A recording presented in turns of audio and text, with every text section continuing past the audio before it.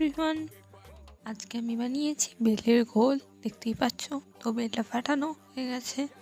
এবার বেলের যে পাল্পগুলো সেগুলোকে আমরা নিচ্ছি। দেখো, তো এটা একটা বাটিতে নিয়ে নেব। তারপর নিয়ে নিলাম পুরোটা, দিয়ে আমি এটা পাল্পটা ভালো করে ছেঁকে নিয়ে জুসটা বার করে নিলাম। তো পাল্পটা দেখতে পাচ্ছি যে একদম হয়ে গেছে। এবার আমি জুসটা একটা চাকনির সাহায্যে ছেঁকে নেবো ভালো করে, যাতে একটু শক্ত কিছু না থাকে, একদমই পুরো জুসি ব্যাপার থাকে। তো চলো এটাকে ভালো করে ব্যবস্থা করা যাক। দিয়ে ভালো করে পাল্পটা বার করছি। আর এভাবেই হচ্ছে আমাদের ঘোল রান্না।